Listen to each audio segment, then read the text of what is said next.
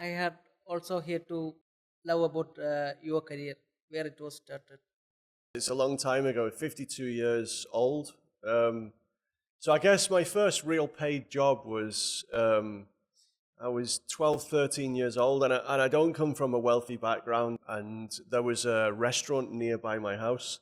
So I went and asked the manager if he had a job for me, but I was 12 or 13 years old. So he looked at me, and I was a small, skinny kid. And I said, I'll do anything, I'll sweep up, I don't mind. And he said, okay, can you peel potatoes? I said, I'll try, So my job was peeling potatoes and carrots in the back of the restaurant. And I used to do that so I used to finish school, and I would go immediately from school, and I would go to the restaurant, and then I used to work until maybe, I don't know, like 10 or 11 o'clock at night, peeling potatoes. And then afterwards, I used to clean up after the people had left the restaurant. And then I would get home. I was always tired because I would get home like, I don't know, 1 o'clock in the morning, and then I would get some sleep, and then I had to get up and go to school the next day. So even from a young age, I realized that nobody was going to give me anything for free, and I had to work hard if I wanted something. So I left school and went to college, and then I became an engineer. I was an electrical engineer. But even then, I just tried to be the best that I could be. I didn't set out at that age, of course, to be a CEO. That was like so far in the future. I couldn't even think that far. That was a dream for maybe in 25 years or 30 years or something. But even as an engineer, I just tried to be as good as I could be. So every year, I did some kind of qualification, a postgraduate qualification or a course or something. I tried to educate myself, and I tried to just work as hard as I could. And be the best that I could be. And then what happened was, I think, just like yourself, if you're good at something, then people kind of notice. And then what tends to happen is then you get considered for promotions. And so I kind of, every few years I was successful, and I got a promotion. It took a long way to go from being a very junior engineer all the way up to being a CEO. It took 30 years.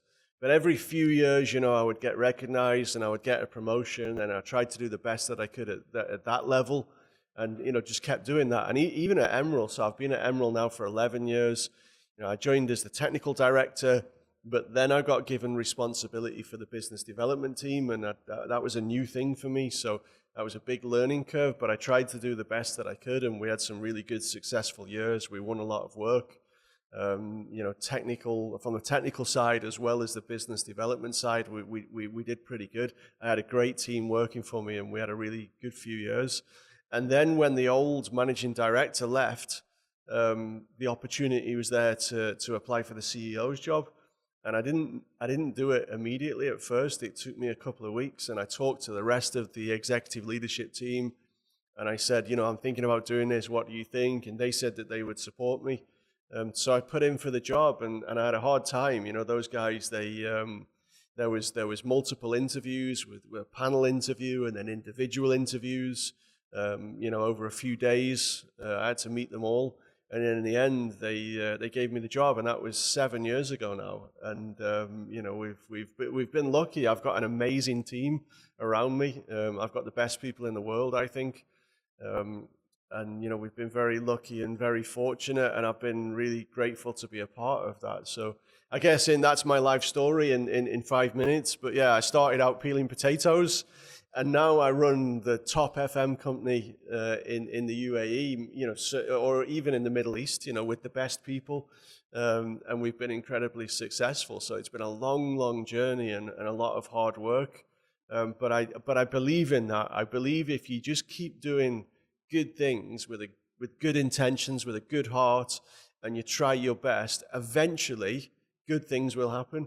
It might take a while, it might take a long time sometimes. I remember once I was talking to my wife, and I was feeling disheartened, and she said, "What's wrong?" And I was like, "I've been working so hard for all these years, and I feel like I'm kind of looking for a promotion. I didn't get one yet." And she's like, "No, just keep going, just keep doing what you're doing, and eventually you'll get there." And it's true, eventually I did, and it's still the same now. So now every day is a challenge. Every day I have to put the effort in. Otherwise we'll start to shrink, and we'll stop being successful. So everybody has to play their part, and everybody has to put the effort in. But I do believe that. I believe, and you're living proof of that. So if you work hard, and if you put the effort in, and you're motivated, and you're keen, and you're good to the people around you, and you help people, and you're a nice person, I believe that eventually, you'll get to where you want to be. Looking back, is there something you wish you could tell your younger self just starting out? I'm not sure that there's anything that would have made a huge amount of difference. I'm always up very early, and my son now, he's 21, and he's just starting in his career. And so he was also up 5:30 this morning, and we were sat talking for half an hour. And he's anxious about his career, and he's saying, I'm not sure, how good I am, or I'm not sure if I can do this, or we were talking, and I was just saying, just keep, just like I said before, I was saying, just keep going, just keep working with good intentions. I think maybe if I could go back, because I was always so nervous and I was always so anxious that I would fail, and failure is not always a bad thing. But I always worried so much about it. And then particularly as I got a family, as I got responsibilities, I had children, I needed a house, so I had to pay a mortgage and, put food on the table. And I was always so anxious that I would fail at any of these things. And I think if I could say anything, if I could go back and say anything, it would be try and relax more. Things will work out. If you just keep doing good things, if you just keep trying your hardest, you'll find a way. You'll find a way to put food on the table. You'll find a way to pay the mortgage. You'll find a way to raise your children. Have more patience and try and worry less.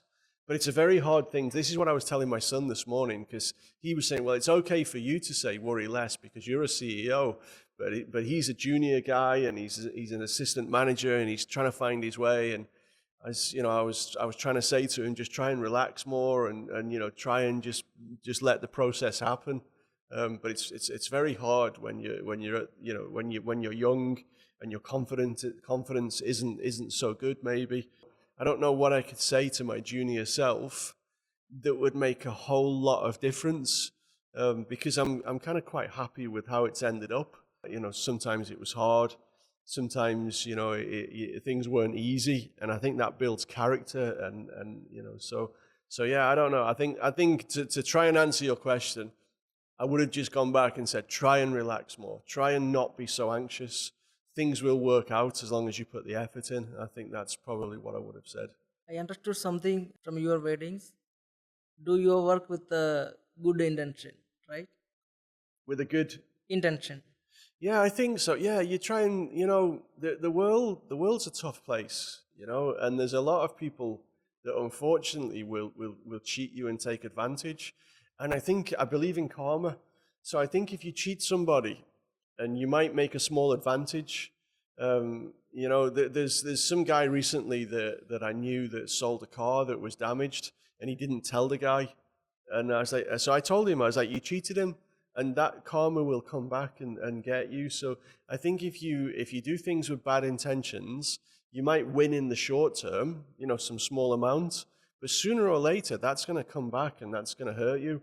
So if you do things with good intentions and you try, we're not perfect, we're human beings, we make mistakes. Sometimes we might do things or say things that, unintentionally might hurt somebody but so we're not perfect. But I think if you try, and you try and have good intentions, and you try and help people, just the way that our relationships developed over the years that you've been at Emrill, I saw how motivated you were, and I saw how committed you were, and I wanted to try and help you. So, where I could, I helped, and you put the effort in, and I think, I had good intentions, you had good intentions, and now we're sat here. You've got a good career in front of you, and we're sat here talking about it. So yeah, I think it's important to have good intentions and try and be nice to people. I think is the best way that I can, try and help people if you can.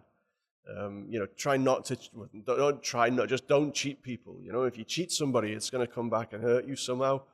So I think it's important. And it doesn't matter if you do it because, you're a religious person, or you just believe in karma, or whether you just want to be the best person that you can be.